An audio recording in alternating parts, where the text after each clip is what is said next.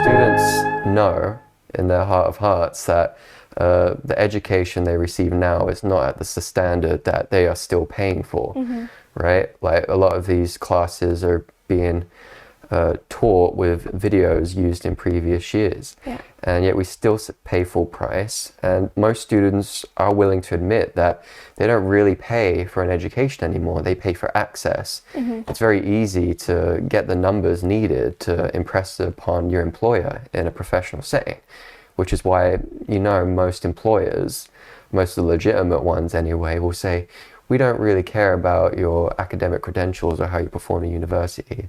We just hope that these grades, your degree, is an account of your commitment and willingness to, well, on the one hand, swallow BS, really, the bureaucracy of these institutions, willing to tolerate being told what to do and what views are acceptable and what not. That might be more valuable to an employer than any education they receive. And if that's the kind of life that students want to live, then that's entirely up to them. But I know that it was only a few years ago that students could have asked better and they could have demanded more, and they've forgotten that the power lies with them. They pay their tuition, that's what maintains a campus, that's what pays for these professors that they receive this education from. And now these professors say, just watch the video online, and if you have questions, you can ask me. And that's not what we paid them for.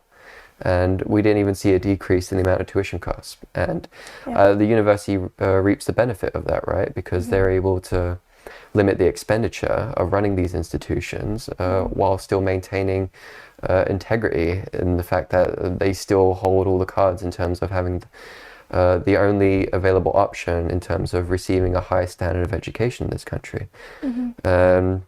I think people need to ask themselves, what does education really mean in this country? So I'm doing what I've always been doing my whole life, is educating myself in the best way I think is possible. And of all the faults of the technological age, one of the few blessings is that we have access to any information you need now, and most people are self-taught, even the ones that are in these institutions. You can learn almost anything they're teaching online now, and maybe it was an aid a few years ago, but now it perhaps is a crutch, and they're wholly dependent on that because these professors don't earn their pay anymore. So if that's what these institutions want to be known for, then that reputation will proliferate in the professional world.